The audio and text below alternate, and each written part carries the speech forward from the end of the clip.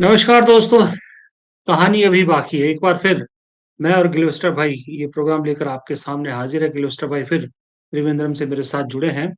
दरअसल इस बार कहानी मोदी और ट्रंप के प्रेम की है। ऐसी दोस्ती, ऐसा दोस्त किसी को ना ही मिले। मोदी जी यही कहते होंगे आजकल तो दोस्त दोस्त ना रहा, क्योंकि दोस्ती में अक्सर दोस्त के साथ खड़ा हुआ जाता है, दोस्त की फजीयत नहीं करवाई जाती। तो ये असल में ये दोस्ती की कहानी क्या है, ये समझने की कोशिश करेंगे। क्यों ट्रंप बार-बार मोदी जी की फजीहत करने पे तुले हैं। दूसरी तरफ एक कहानी ये भी है कि इस सब में अक्सर बिना बात के भी बयान देने वाली कांग्रेस ने बड़ी शांति अपनाई। राहुल गांधी, मल्लिकार्जुन खड़गे ने जो कहा उसके बाद से पार्टी के किसी नेता ने कोई बयान ऐसा नहीं दिया कि जो बीजेपी को नैरेटिव बनाने का मौका मिल जाता। सिर्फ प्रवक्ताओं ने कुछ कहा। तो आज इन्हीं दोनों कहानियों को समझने की कोशिश करेंगे। वरिष्ठ पत्रकार, 3 दशकों से ज़्यादा का पत्रकारिता का अनुभव, देश के अलग-अलग कोनों में पत्रकारिता करने वाले और बड़े-बड़े संस्थानों में काम करने वाले गिलोस्टर भाई हमारे साथ हैं। गिलोस्टर भाई से सबसे पहला सवाल यही है, गिलोस्टर भाई, ये ट्रंप आखिरकार क्या कर रहे हैं? क्या चाहते हैं? पहले कहते हैं कि मैंने मध्यस्थता की, मैंने जो है वो दो दोनों को टेबल पे लाया, फिर कहते हैं कि मैंने व्यापार की धमकी दी, ब ब ट्रेड की धमकी दी तो दोनों माने। अब एक नया बयान आया है कि जिसमें वो कह रहे हैं कि मैं ये नहीं कहना चाहता कि मैं दोनों के बीच मध्यस्थता की, लेकिन यस, मैंने दोनों को टेबल पे बिठाया और वही सौदेबाज़ी की, यानी कि वही धंधे की बात की, तब दोनों माने। आखिरकार मोदी जी जो जाके उनके लिए अब की बार ट्रंप की सरकार कहते हैं, भारत में ट्रंप के इलेक्शन में जो है भक्त लोग बाकायदा हवन करते हैं, सब करते हैं। वो ट्रंप आखिरकार मोदी जी के साथ ऐसा क्यों कर रहा है? देखिए प्रदीप जी, अ, अगर हम इस पूरे विषय को देखें तो ऐसा लगता है कि ट्रंप ने भारत को बड़ी मुसीबत में डाल दिया है, खास तौर पर मोदी सरकार को। क्योंकि जिस तरीके से हमारे जांबाज हिंद की सेना इतने जांबाज तरीके से वो अपना काम कर रहे थे और पूरे प्रिसिशन के साथ वो वहां के जितनी भी टेरर फैक्ट्रीज हैं जहां से आतंकवाद पनपता है, वहां पे ट्रेनिंग दी जाती है, उन पे निशाना साध के उन्हें नेस्ता नाबूद कर रहे थे। और एक अपर हैंड जब हमारी सेना के पास था और पूरे देश ने 140 करोड़ जनता हमारी हिंद की जांबाज सेना के पीछे लामबंद होकर खड़ी हुई थी, ऐसे में एकदम सबको सरप्राइज करते हुए, सबको आश्चर्यचकित करते हुए ये निर्णय आता है कि युद्ध विराम हो गया है और वो भी अनाउंसमेंट किया जाता है ट्रंप के द्वारा एक ट्वीट के जरिए।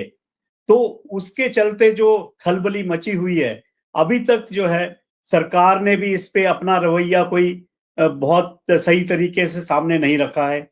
जनता के सामने बहुत प्रश्न है।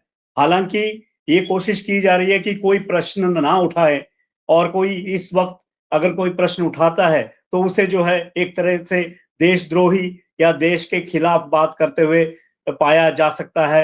इसलिए ये एक कैंपेन भी छेड़ा हुआ है। लेकिन यहाँ पर मैं ये कहना भी ज़रूरी समझता हूँ कि जो विक्रम मिस्री हैं, जो हमारे विदेश सचिव हैं, आपको याद होगा जब वो लगातार प्रेस कॉन्फ्रेंसेस कर रहे थे, तो एक प्रेस कॉन्फ्रेंस में उन्होंने साफ कहा, जब उन्होंने कहा कि जो पाकिस्तान के जनरल हैं, वो बार-बार ये बात उठा रहे हैं कि देखिए, भारत में विपक्षी पार्टियाँ और आम जनता सरकार की आलोचना कर रही है। जब उन्होंने ये बात कही तो उसके जवाब में हमारे विदेश सचिव ने क्या कहा? उन्होंने कहा कि पाकिस्तान को एक डेमोक्रेसी के बारे में पता नहीं है। एक ऐसी डेमोक्रेसी है हमारी हिंदुस्तान की जो कि रनिंग डेमोक्रेसी है और जो अलाइव और रोबस्ट डेमोक्रेसी है। और ऐसी ही डेमोक्रेसी में सरकार के साथ जो है या सरकार के कार्यों पर हमेशा जनता को ये अधिकार है कि उस पे बात रखे या उसके खिलाफ जो है उसके क्रिटिसिज्म करे। तो ये हमारी जनतांत्रिक जो ढांचा है उसकी एक मिसाल है। तो मैं ये इसलिए कह रहा था कि उसके बाद अभी तक सरकार ने ये साफ नहीं किया है कि ट्रंप ने आखिर किस तरीके से ये जो है, जो वो कह रहे हैं कि मैंने समझौता करवाया, मैंने व्यापार के बारे में बोलकर दोनों देशों को जो है टेबल पे लाया। लेकिन यहाँ पे ये कहना भी ज़रूरी है कि इस पूरे मामले में कभी भी अमेरिकी एडमिनिस्ट्रेशन ने या ट्रंप ने टेरर के बारे में कोई बात नहीं की है।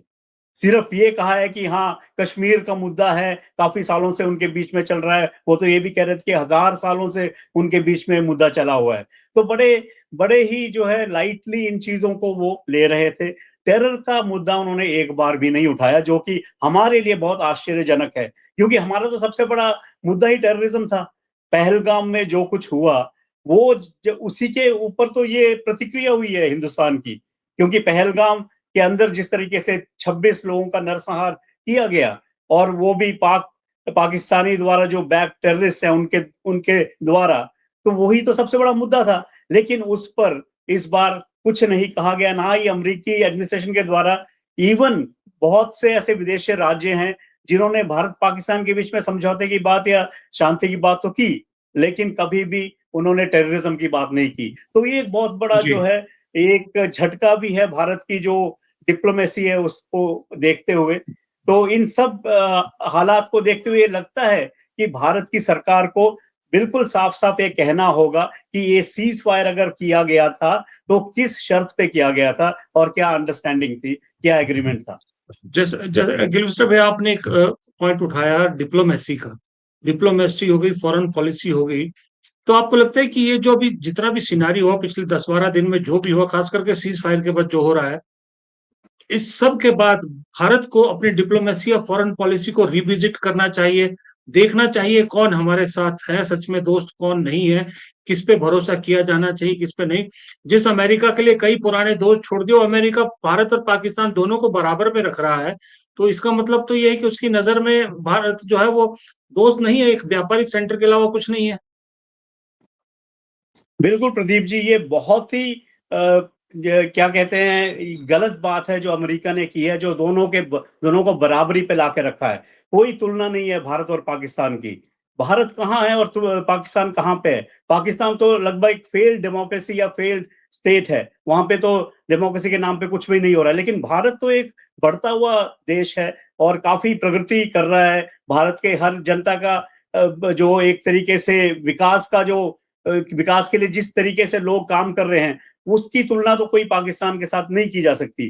तो ये जो तुलना की जा रही है, वो भारत के लिए बहुत बड़ा एक क्या कहते हैं धक्का है। और अंतर्राष्ट्रीय स्तर में ये एक मैसेज गया है पूरे अंतर्राष्ट्रीय स्तर में कि भारत और पाकिस्तान जो है लगभग बराबरी के देश हैं, और उनके बीच में जो है ये मुद्दा सिर्फ क्या कहते हैं कि कश्मीर का जो है मुद्दा बहुत बड़ा मुद्दा है। हालांकि भारत और पाकिस्तान की कोई तुलना नहीं की जा सकती है। मुझे लगता है यहाँ पे जो है भारत की जो कूटनीति है, उसके ऊपर प्रश्न उठाए जा रहे हैं।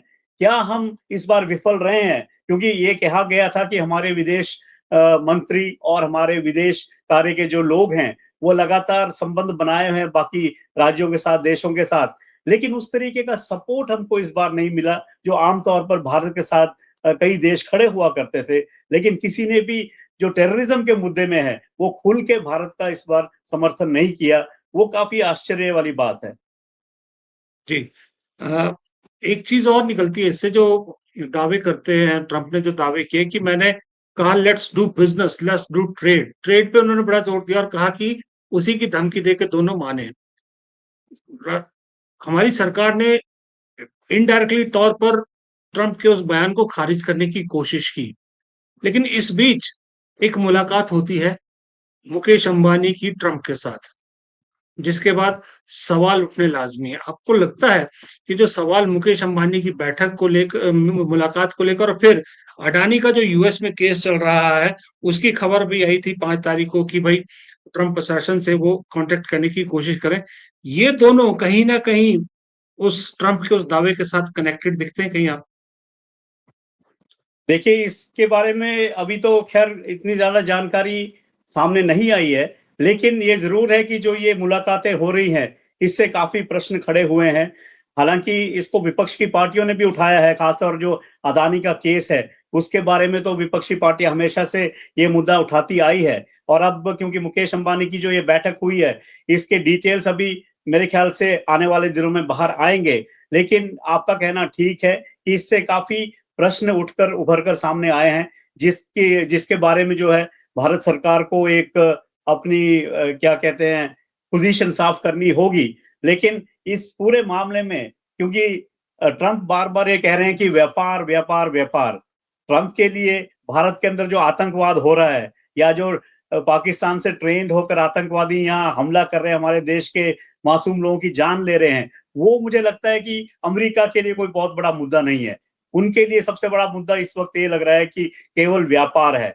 और व्यापार की बात जब इतनी जोरों से की जा रही है, तो मुकेश अंबानी और अदानी का इसमें आना लाजमी है। अब ये देखना ये है कि उनका रोल इसमें कितना है, या फिर अमेरिका के साथ जो है कोई सांठ-गांठ हुई है, या कोई इनके साथ कोई ऐसी बातचीत हुई है, ये तो अब आने वाला वक्त ही बताएगा। अभी तक तो ऐसी कोई पुख्ता जानकारी सामने नहीं आई है। गिलोस्कर भाई, आप जरा इसके डोमेस्टिक पॉलिटिक्स पे जो असर पड़ रहा है उस पे बात करते हैं। आप सेकंड हाफ उस पे करते हैं। अभी इस वक्त जो मोदी जी जिस तरह से पहले पहलगाम में जो एक्शन को लेके मांग हो रही थी, उसके बाद हमारी सेना ने एक्शन किया, फिर उसके बाद सीज फायर को लेके जिस तरह से मोदी जी घिरे हुए हैं, हमारी गोदी मीडिया उनको कवर अप करने की कोशिश करी, छोटी-छोटी चीज़ों को बढ़ा के दिखा रही, सब कुछ है। लेकिन सवाल मोदी जी पर उठ रहे हैं कि सीज़ फायर हुआ तो किस बात पे हुआ, किन शर्तों पर हुआ, लिखित हुआ कि नहीं हुआ, ये सारे सवाल हैं। दूसरी तरफ इसी वक़्त में मोदी जी के आस-पास उन्हीं की पार्टी के बहुत से लोग हैं जो एक फ़ज़ीहत तरह जो है वो करवा रहे हैं मोदी जी की, चाहे वो मध्य प्रदेश का वो मंत्री हो जिसने सूफिया कुरैशी को लेकर कुछ अनाप-शनाप बयान दिया था। फिर जो है वो तिरंगा यात्रा में लेकर कुछ लोगों के मतलब बीजेपी की बड़ी कंट्रोवर्सीज़ इस दौरान आस-पास रही है साथ में। नरेंद्र मोदी के बारे में एक खबर ये भी आई थी कि वो सिर्फ एनडीए चीफ मिनिस्टर जो है उनको ब्रीफ करेंगे, उनको सब कुछ बताएँगे। विपक्ष संसद सत्र की माँग कर रहा है, स्पेशल सत्र सेशन की माँग कर रहा है, वो नहीं मानी जा रही। विपक्ष मांग कर रहा है कि प्रधानमंत्री पूरे जो है ऑल पार्टी बैठक बुलाए, उसमें खुद आएँ। पहले दोनों बार नहीं आए, वो ब्रीफ करें सब कुछ, वो भी नहीं हो रहा। तो ऐसे में लग रहा है कि जब से मोदी जी 240 सीट पे आए हैं, पिछले 11 साल का अगर मोदी जी का प्रधानमंत्री का सफ़र आप देख लें, मुख्यमंत्री का छोड़ दीजिए, तो इस वक़्त सबसे कमज़ोर नज़र आ रहे हैं क्योंकि ऐसे मौकों पर अक्सर बीजेपी ले उड़ती थी सब कुछ, लेकिन अभी बीजेपी डिफेंड करती नज़र आ रही है, तो प्रधानमंत्री सबसे कमज़ोर उसमें नज़र आ रहे हैं इस वक़्त आपको।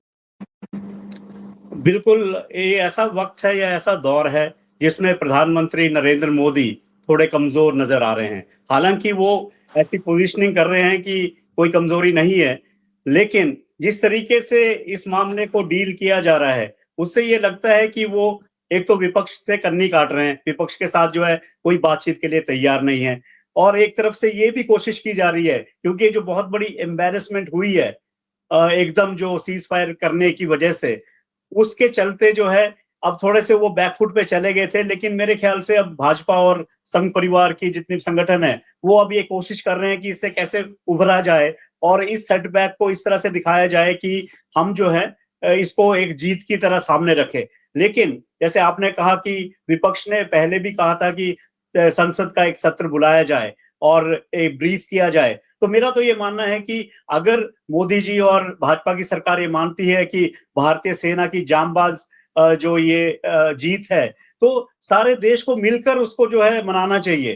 क्यों ना मोदी जी लीड लेके सारी पार्टियों को बुलाते और कहते हैं कि हम सब इकट्ठे मिलके तिरंगा यात्रा निकालते हैं और हिंदुस्तान की सेना के जो है उनको धन्यवाद भी करते हैं और उनकी हौसला अफ़ज़ाई भी करते हैं सब मिल-जुल के। हालाँकि ऐसा नहीं हो लेकिन रहा है, सब आप आप अपनी-अपनी आप जो आप अलग-अलग। आपने एक शब्द बोला कि पोज़ीशनिंग करने की कोशिश कर रहे हैं। कोशिश तो कर रहे हैं, क्या पोज़ीशनिंग हो पा रही है? ये भी एक सवाल है। जिस तरीके से पोजीशनिंग करने की कोशिश की गई थी, वो हो नहीं रही है। एक बात तो है क्योंकि प्रश्न बहुत ज़्यादा हैं, लोग काफ़ी प्रश्न उठा रहे हैं। आप अगर सोशल मीडिया देखें, तो उसमें भी काफ़ी लोग जो हैं, एक तरफ़ा जो है इसको पूरी तरह से समर्थन नहीं कर रहे हैं सरकार का। वो कह रहे हैं कि हमें पता चलना चाहिए कि किन शर्तों पे ये सीज़ फायर हुआ है। और अगर ये कहते हैं कि पाकिस्तान ने ये कहा कि अब आगे से हम जो है आतंकवाद का समर्थन नहीं करेंगे, आतंकवादियों को जो है सपोर्ट नहीं करेंगे, तो क्या वो सिर्फ जुबानी बोला है या कोई एग्रीमेंट साइन किया है? और अगर एग्रीमेंट किया है तो क्या सिर्फ डीजीएमओ लेवल पे एग्रीमेंट साइन किया जा सकता है? क्योंकि डीजीएमओ तो एक बहुत ही निचले स्तर के अफ़सर हैं आर्मी के। तो क्या ऊपरी स्तर में प्रधानमंत्री के स्तर पर या विदेश मंत्रियों के स्तर पर कोई ऐसी बातचीत हुई है? उसकी जानकारी क्योंकि अभी तक सरकार ने नहीं दी है, तो इसलिए वो पोज़ीशनिंग करना कि हम जो है हमने इस बार जीत हासिल की है, उस पोजीशनिंग में भी जो है अभी काफी कमजोरी नजर आ रही है। हालांकि कोशिश ये की जा रही है कि इसको थोड़ा सा पिच इसका रेज किया जाए, जैसे तिरंगा यात्रा को जोरों शोर से निकाल कर ये कोशिश की जाए कि ये बहुत बड़ी जीत है और पूरे देश को इकट्ठा होकर साथ रहना होगा। लेकिन वो तो पहले भी इन्होंने हमेशा कोशिश की है। लेकिन जैसे आपने भी एक जिक्र किया कि 25 तारीख को केवल एनडीए के मुख्यमंत्रियों की बैठक बुलाई गई है, ऐसा कांग्रेस कह रही है और काफी सूत्रों से भी ये पता चला है। तो वो बहुत गलत होगा, क्योंकि बाकी भी मुख्यमंत्री हमारे देश के ही मुख्यमंत्री है, वो भी देश की जनता को ही जो है रिप्रेजेंट जी करते हैं, उनको भी जनता ने चुना है। तो ये सिर्फ और एनडीए। मजे की बात है कि फारूक अब्दुल्ला हो चाहे भगवंत मान हो, ये दोनों बॉर्डर स्टेट के मुख्यमंत्री है। जी हिमाचल का मुख्यमंत्री भी ऑलमोस्ट बॉर्डर स्टेट मुख्यमंत्री है। बॉर्डर स्टेट मुख्यमंत्री को अगर आप सिचुएशन नहीं ब्रीफ करोगे तो फिर फायदा क्या उस ब्रीफिंग का। अब एक सवाल ये उठता है, आपके सूत्र क्या कहते हैं इस सब को लेकर, जो भी हुआ युद्ध के बाद, सीज फायर के बाद ट्रंप के खिलाफ संघ का क्या रुख है, संघ क्या पोजीशन ले रहा है, संघ क्या बीजेपी की बात को मान रहा है, सरकार की बात को मान रहा है, या उसे लगता है कि कहीं ना कहीं कुछ नुकसान तो हुआ है। देखिए, एक बात तो साफ है कि जिस तरीके से हमें जो रिएक्शंस देखने को मिल रहे हैं संघ की तरफ से भी, और जो संघ के साथ जुड़े हुए लोगों के, वो इसको जो है इतने जोरों शोरों से इसको सपोर्ट नहीं कर रहे हैं। क्योंकि ये जो ऐसा भी लग रहा था कि एब्रप्टली एंड कर दिया गया, इसको एकदम खत्म कर दिया गया, जबकि एक तरीके से काम चल रहा था और पूरे जोरों शोरों से जो है पूरे जो आतंकवादी अड्डे हैं या वहाँ के ट्रेनिंग सेंटर्स है, उनको नस्तानाबूद किया जा रहा था। तो एकदम जो ये, और वो भी एक बाहरी ताकत ने आकर, और अमेरिका के राष्ट्रपति पहले ट्वीट करते हैं, उसके बाद हमारी सरकार जो है रिएक्ट करती है।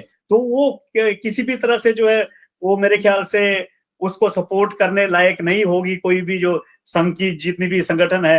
हालांकि उनकी ये मजबूरी है कि फिलहाल उनको ये करना पड़ रहा है, लेकिन जो उनका रिएक्शन है, बॉडी लैंग्वेज है, वो उस ढंग से जो है इतना असरदार बॉडी लैंग्वेज जी नहीं लग रहा है।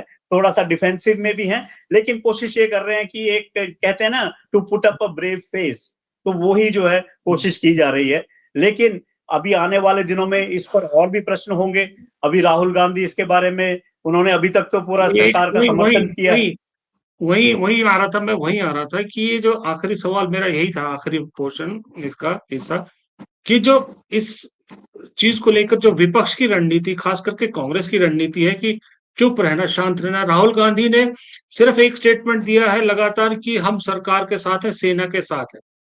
उसके बाद वो खामोशी है। और कांग्रेस तो मशहूर है कि किसी भी चीज में बेतुके बयान देके अपने ऊपर मुसीबत लेने की, लेकिन इस बार पूरा जो कांग्रेस का लीडरशिप है शांत रहा। सिर्फ एक आपके राज्य के शशि थरूर को अगर हम छोड़ दें तो उस पर किसी और दिन बात करेंगे, बाकी सब एक साथ। तो ये राहुल गांधी की शांति, चुप्पी, खामोशी और पार्टी का फॉलो करना, ये क्या स्ट्रेटेजी दिखा रहा है आपको? क्या उनको लगता है विपक्ष को मौका मिला चौका मारने का, या आपको लगता है कि वो किसी डर की वजह से चुप थे कि कहीं फिर कुछ ऐसा ना निकल जाए कि बीजेपी नैरेटिव ले उड़े? देखिए, राहुल गांधी की जहां तक बात है, वो काफी मेच्योर नेता हैं और वो परिपक्व नेता हैं, और पिछले काफी समय से वो इन बातों के ऊपर जो है ध्यान आकर्षित कर रहे थे। आपको याद होगा कि संसद के अंदर उन्होंने जो नई टेक्नोलॉजी वॉरफेयर हो रही है, उसके बारे में देश का ध्यान आकर्षित किया था।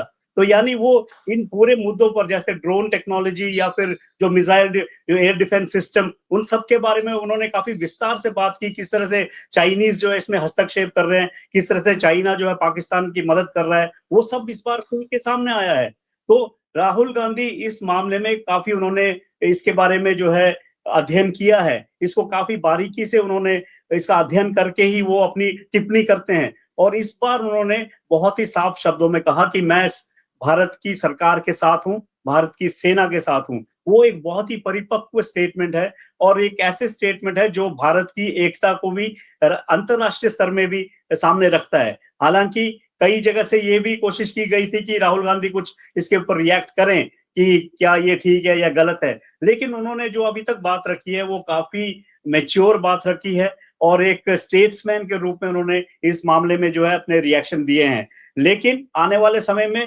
हमें और भी सुनने को मिलेगा राहुल गांधी की तरफ से, खासतौर पर जो टेक्नोलॉजी या जो हमारी प्रिपेयर्डनेस है, जो टेक्नोलॉजी के मामले में, उसके बारे में हो सकता है वो बात करें। और जो हमारी डिप्लोमेसी है, या इंटरनेशनल स्तर पे जो हमारे रिलेशंस हैं बाकी देशों के साथ, उसके बारे में भी हो सकता है राहुल गांधी कोई बात रखें।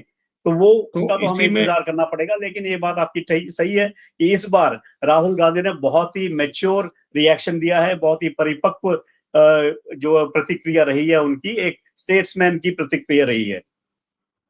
जाते-जाते एक सवाल फिर आपके स्टेट पे वही शशि थरूर। शशि थरूर जिस तरह से सरकार को डिफेंड करते नज़र आए, आपको कुछ इशारा मिल रहा है इसमें से क्या? क्योंकि सूत्र मेरे ये भी बता रहे हैं कि कांग्रेस हाईकमान इस वक़्त इस चीज़ को लेकर शशि थरूर से ज़्यादा खुश नहीं है। उन्हें कड़े शब्दों में कुछ शायद संदेश देने की कोशिश की गई है। आपकी खबर क्या कहते हैं? आपके सूत्र क्या कहते हैं? एक तो शशि थरूर के इस स्टैंड के पीछे की वजह क्या है? और दूसरा सही में कांग्रेस ने उनको स्ट्रिक्टली कुछ कहा है? देखिए, जिस तरीके से वो स्टेटमेंट्स दे रहे हैं, एक तो ऐसे वक़्त पे देते हैं जिससे कि कांग्रेस को ही नुकसान हो जाए, उस तरीके से वो बात कर रहे हैं। और इस वजह से क्या हो रहा है कि काफ़ी एम्बैरेसिंग सिचुएशन जो है कांग्रेस को उसका सामना करना पड़ रहा है। और जो हाल ही के जो स्टेटमेंट दिए हैं, उससे भी ये साफ नज़र आ रहा है कि वो ज़्यादा जो है भाजपा की लाइन का समर्थन कर रहे हैं और कांग्रेस की लाइन को जो है खुल के उसका समर्थन नहीं कर रहे हैं। इसी के चलते जो केंद्र नेतृत्व ने उनको थोड़ा-सा आगाह किया है कि आप पार्टी की लाइन सामने रखिए, ना कि अपनी जो इंडिविजुअल। हालाँकि अभी यहाँ पे पूछा भी गया था तरूर के बारे में, तो उन्होंने कहा कि ये उनकी निजी राय है। लेकिन निजी राय भी अगर हो, तो वो ऐसी राय नहीं होनी चाहिए जो कि कांग्रेस की पार्टी की लाइन के खिलाफ या विचारधारा के खिलाफ जाए। तो मुझे लगता है कि शशि थरूर के को इतनी वार्निंग्स देने के बावजूद या उनको इतना चेताने के बावजूद भी वो लगातार ये करते जा रहे हैं, तो ऐसा लगता है कि वो किसी तरह से कोई ऐसी सिचुएशन पैदा करना चाहते हैं जहां पर एक ऐसा माहौल बन जाए कि उनका पार्टी में रहना मुश्किल हो और बाहर से कोई उनको जो है कोई क्या कहते हैं रेड कारपेट वेलकम किस पार्टी से मिल सकता है वो हो सकता है भाजपा उनको अपनी तरफ आकर्षित करने की कोशिश करे। लेकिन इस सारे से ये नजर आ रहा है कि उनके दिमाग में कुछ तो चल रहा है, क्योंकि अभी जो यहाँ पे जो परिवर्तन हुआ है नेतृत्व का केरला की कांग्रेस में, उसमें भी वो काफी खुश नहीं थे। उन्होंने भी एक आध मीटिंग में उन्होंने हिस्सा नहीं लिया, तो उससे भी काफी साफ नजर आ रहा है कि वो कांग्रेस की जो पार्टी की संगठनात्मक वो रणनीति है या पार्टी की जो विचारधारा जो पार्टी की लाइन है, उससे थोड़ा सा अलग हटके वो अभी दिखना चाहते हैं। अब देखना ये जरूरी है कि किस हद तक जो है पार्टी उनको बर्दाश्त कर पाएगी। सूत्र छोड़ दिया है ताकले सूत्र छोड़ दिया है ताकले तो है जिसकी पर्दादारी है, वरना वरना